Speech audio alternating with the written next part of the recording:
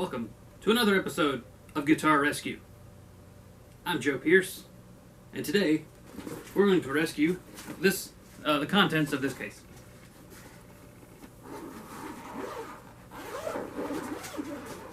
The zipper's good, but not to replace that.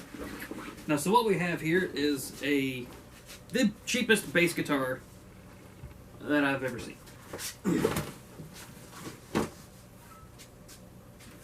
This is a Squire P-bass Affinity Series by Fender. And I bought it on Craigslist for not a lot. It was very cheap. It was like, I believe I talked the guy down to $90. Don't know. Don't remember. It was a while ago. Anyway, so it's not a terrible bass, but it's got a lot of cheap parts, and it's not going to take a lot to make it good.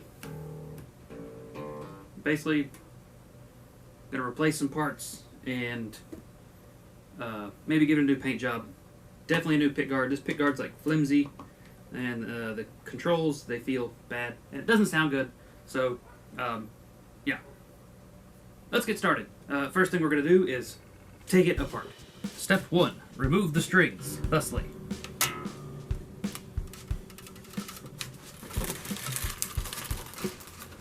Step 2. Remove the neck.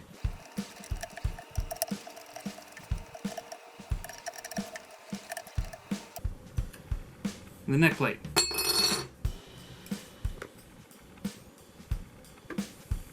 Oh! It's okay, we're going to repaint it anyhow. So, right off the bat, I'm going to go ahead and say that the neck joint on this is pretty spot on. Better than I expected. Okay, so now this is no longer playable, but it will be again later. Yeah. Well, step 3: remove the pick guard. I'm most curious to see what is underneath, because it's like pretty flimsy. I'm contemplating making this a video that shows the entire process. Unscrewing every screw and saying stupid things about making long videos featuring unscrewing and screwing. I mean, there's plenty of videos on the internet about screwing, but few of them are on YouTube. I'll make a compilation video of all my terrible jokes. I'm known for my terrible jokes. I usually keep them out of my videos because I want people to watch them. And it's hard to watch a video when you're rolling your eyes the whole time. Hey, that's all the screws off. Let's take this sucker off. Look at that! I thought the pickups were going to be attached to this like on a Strat, but they're not. Okay, so we got some pots and a jack. I mean, this is really simple. And this is probably going to the ground to this. So these bad boys, they get... Well, let's remove the pickups, because I thought they were going to come with shit.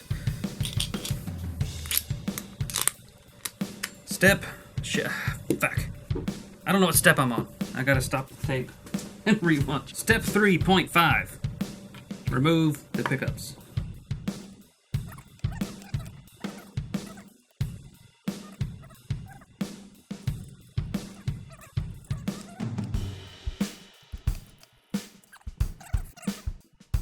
Oh, there's tear out inside the cavity, you bastards.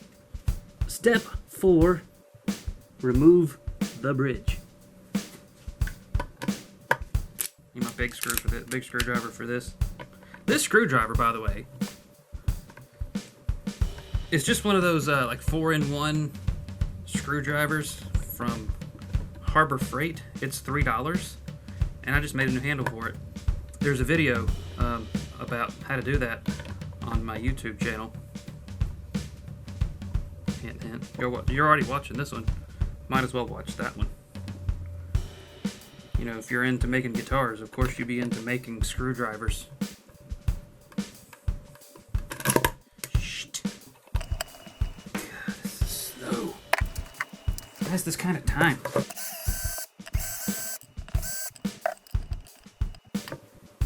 Aha! See? That sucker was in there too. Step 5. Remove the strap buttons. These will most likely be replaced with strap locks, but I make no guarantees because those suckers are expensive, and I don't know what my budget is on this video.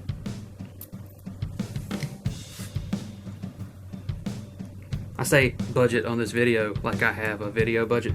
No. What that means is let's see how much money I have. However, if you would like to help me make some money making videos so I don't go in the hole in each one, you can go to my Patreon, patreon.com, Joe Pierce, or you can go to my Teespring store and buy a t-shirt, or there's lots of other options. I'll give you my address. You can just send me a check. Thanks.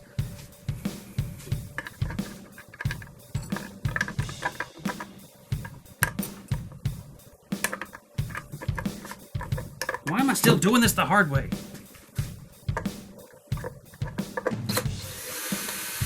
I'm a glutton for punishment.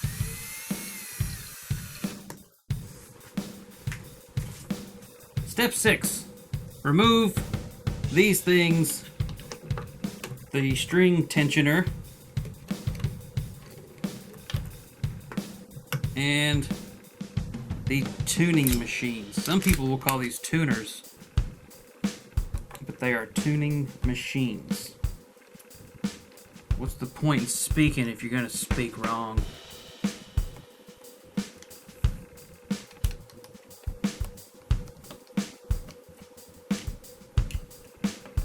What the hell is that screw even going into? 2 of those screws are false ones! And this isn't my nose, it's a false one. It's like tiny. Alright. It's a false screw. Way to save a buck there, Squire.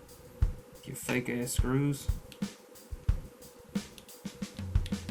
You think it's the same 2 that are real in each one? Let's see.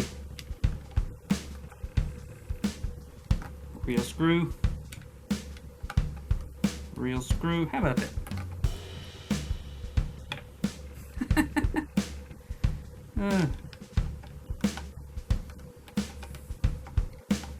The things we do to save a buck, eh, Fender? Squire? Affinity. I'm trying to take out the one that's not real again. It's human nature, you know, you see a screw, you want to unscrew it.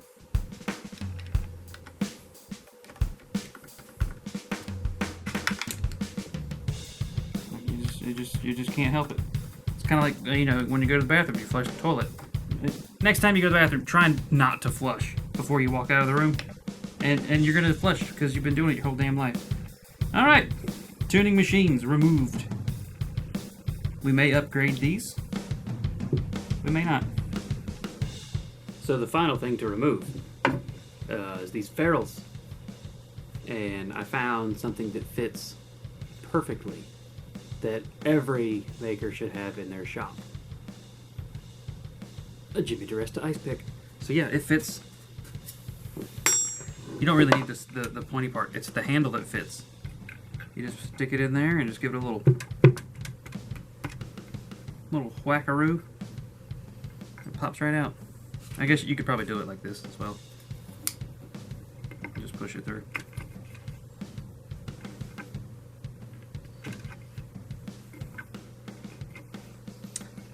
So if you don't have Jimmy DiResta's ice pick, get one.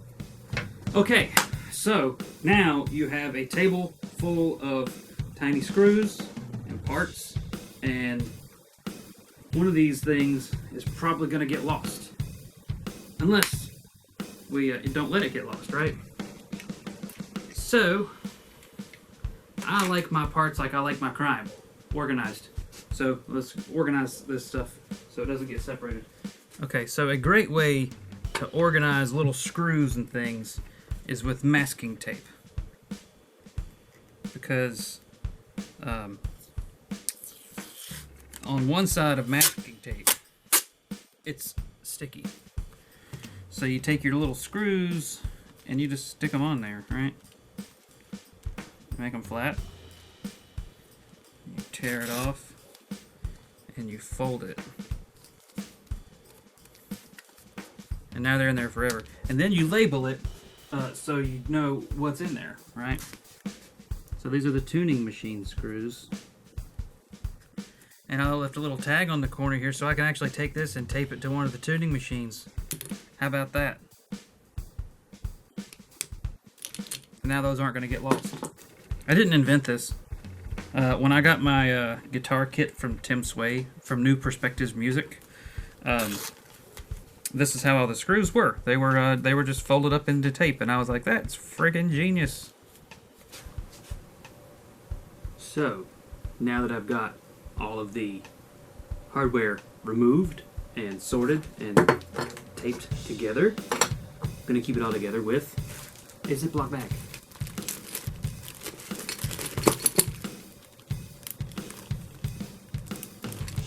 And make sure that you seal it so that it stays fresh. Step 7. Sand away all of the paint. And I'd like to talk to you for a moment about sandpaper. Nobody likes sanding. But if you're going to sand, because we all have to sand, use good sandpaper.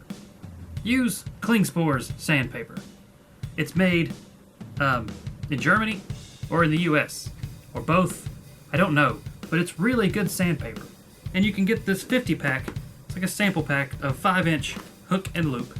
It comes with grits from 80 all the way to 400, and it's freaking amazing. This is not their slogan, but it's what I say. If it's not Klingspor's, it's crap. Anyway, step 7, sand off all the paint. Make sure you wear a mask and put a fan in the window while the other window is open. And it will make all the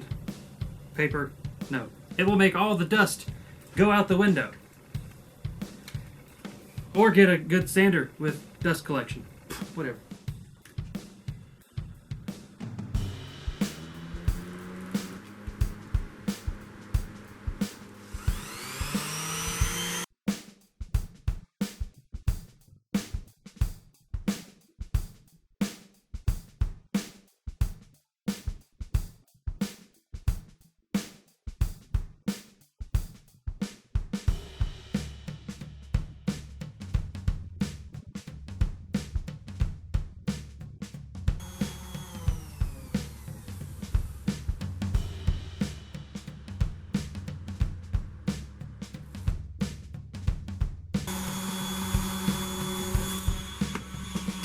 For the hard to reach spots, grab a sander with a drum thing in it and go to town in high gear.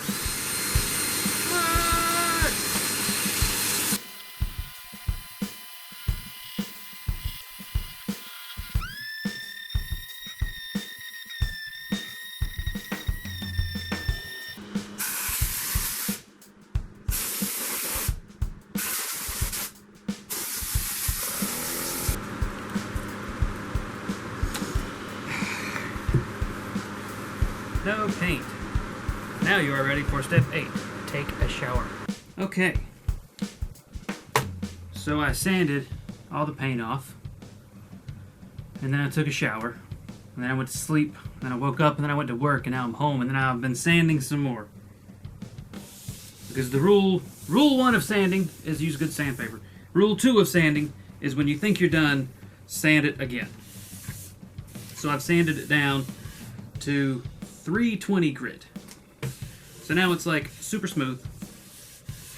And now I have to decide whether I'm going to paint it a solid color or stain it like some weird colors. So I'm gonna let you decide.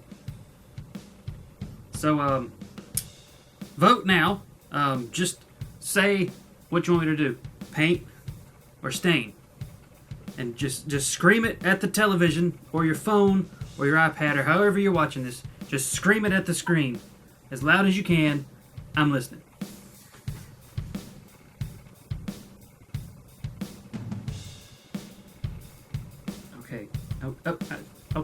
Okay. Okay. I heard you. Stain it.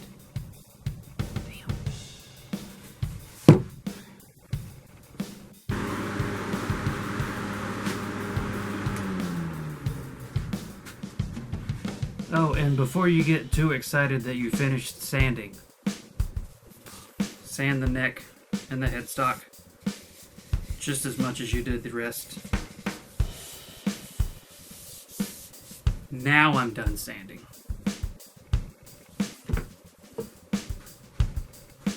On to cleaning up and then stain it. Alright. Step 8, 9. Step 9. It's time to play with colors. I'm going to attempt a sunburst. Like a blue and purple sunburst like I did on this test piece. With black around the outside. Because I'll pull the camera in closer so you can see why. This body has a veneer on the top, or on the front, and a veneer on the back, and then the center is a bunch of pieces of wood glued together, which you can see from the end. Many pieces of wood glued together. So where you've got your cutaway, there's an obvious line there, there's a line around the edge, there's a line on the belly cut in the back. So if I put black in all those areas, it should hide that and then have purple coming into blue. At least that's what we're hoping. So, let's give it a shot. Gloves.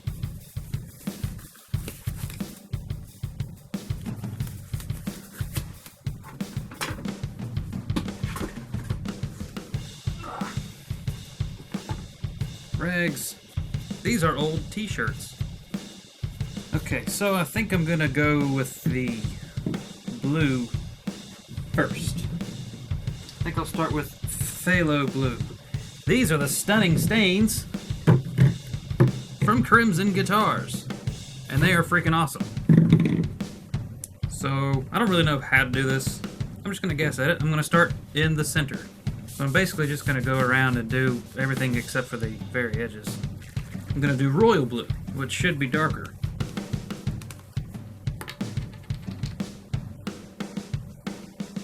Kind of go around like around the edges more. Kind of fade it in.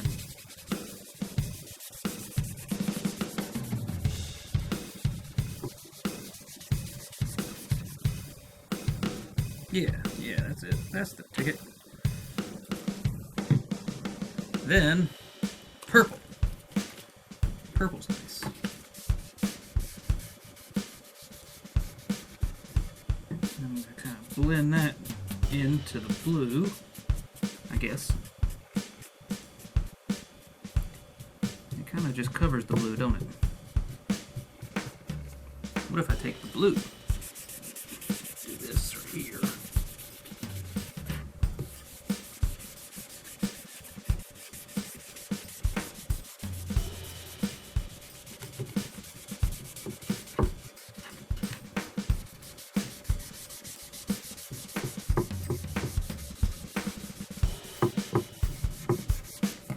And now the experimental part is going around the edge with black.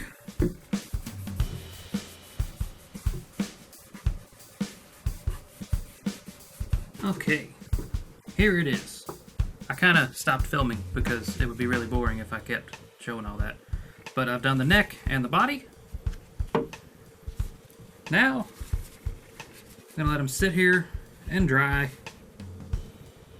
before going on to the next thing. Ooh. Let's do a little bit more to the back here.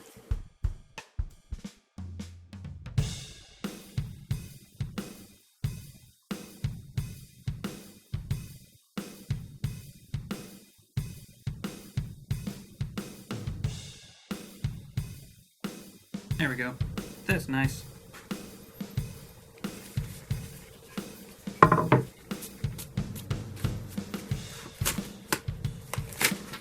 Okay, so now that I've got it stained, I'm going to spray some shiny stuff on it. So I got the body here and I got the neck, and I've already taped up the fretboard. So what I'm going to do, I don't know if this is what I'm supposed to do, but this is what I'm going to do.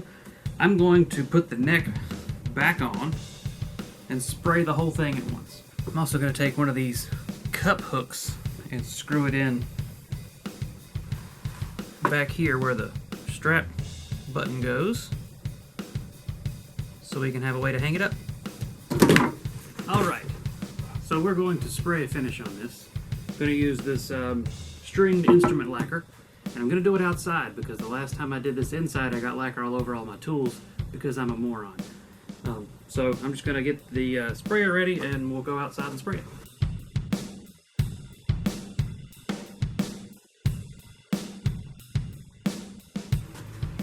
Well, if you look up disaster in the dictionary, you might see that first coat in there.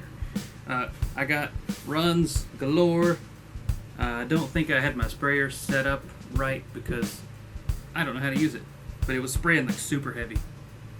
So I'm gonna sand this to where it's smooth again and try again.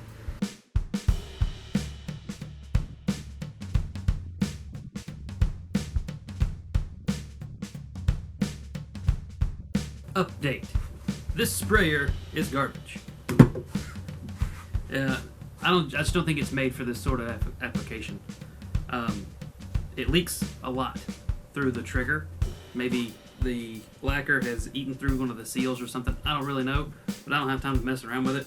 So I went out and bought a can of the exact same stuff, stringed instrument lacquer, in a can. It's going to take longer. I have to do more coats because it's going to be thinner, but it'll be worth it in the end because I don't have to clean it every time. Anyway, I'm going to do like 100 more coats. I'm basically just going to use this entire can until I've built it up really thick. And then we'll come back. Wait for me. So after many coats of lacquer, we are ready to sand it again. And this time we're going to sand it with water. We're going to wet sand it with 1200. Kind of smooth down all the orange peel. And then we'll polish her up from there. So I'm not going to do a lot of talking during this part because it's hot in here and I'm going to turn my air conditioner on. Okay, let's go.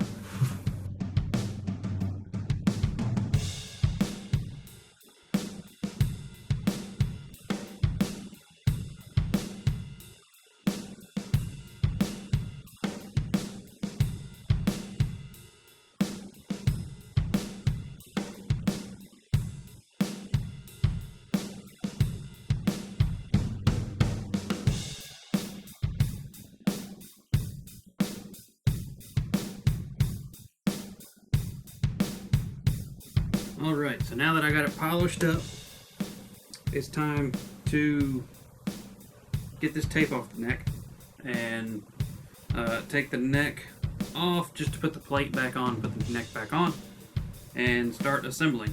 I've got all new electronics for this. I'll go over in just a second what all that is.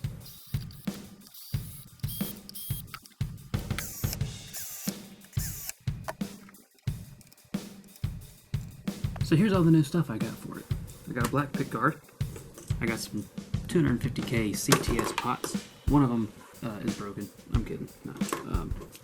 Anyway, new pots, new jack, capacitor, all new wiring, and some new pickups. Some Seymour Duncan SPB3 quarter-pound pickups. And I also got a micarta nut or tusk or whatever fake bone is these days, but better than plastic. So now I'm going to try to wire all this up.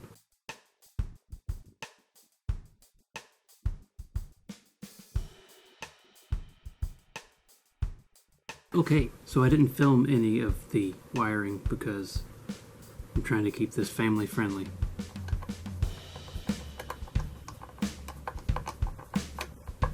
Aye, so, hey, my knobs don't fit. The holes in them are too small for the posts on the new pots. So luckily, I had some laying around, right? Some other plastic knobs. They don't fit either, right? But I measured this, it's like a 1/4 inch. So I drilled it out with a 1/4 inch bit, and boom, fits right on there. Works great. I like it better than the chrome anyway. I think it looks better on that pickguard.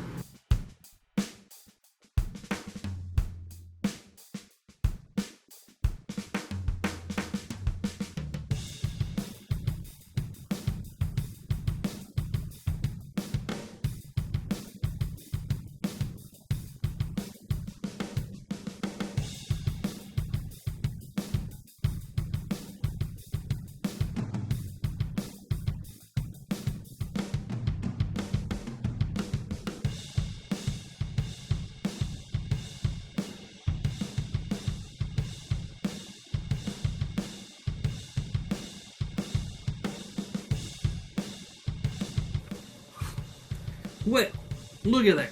It looks like a bass again. A prettier bass than it was before. Let's see if it sounds prettier than it did before. Can't tell yet. I have to plug it in.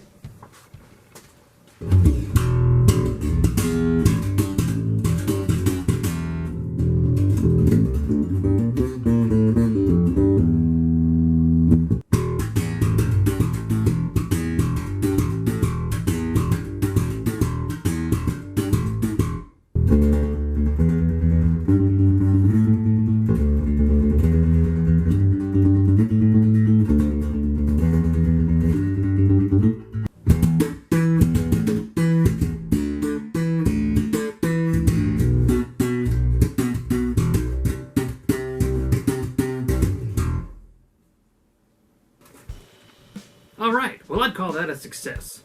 All in all, I've got about $200 in this bass. So for 200 bucks, that's pretty good. It's a pretty good bass for $200. Alright, so I got the bass itself for like $90 to give or take on Craigslist. It's the cheapest thing that Squire makes, right? So that was 90 bucks. I got the pickups for I got them a deal on those for 65, but they go about 75 on average on Reverb. The wiring kit I think was 20 bucks or something like that. And the wiring kit was everything but the pickups. And then the pickguard was $15, right? Something like that. Of course, I spent a bunch of money on those stains, but you don't have to buy those stains. There's all kinds of ways you can stain or paint, so I'm not going to count that in the budget. You know, you could take and leave the bass looking exactly like it did before and improve the pickups and have one that sounds good for about 200 bucks. So we're going to call it a $200 bill that I overdid a little bit. Thanks for watching. Make sure you subscribe and like and share and all the stuff that you can do, or dislike. Put a nasty comment about how terrible it looks. I don't care. Have a wonderful day.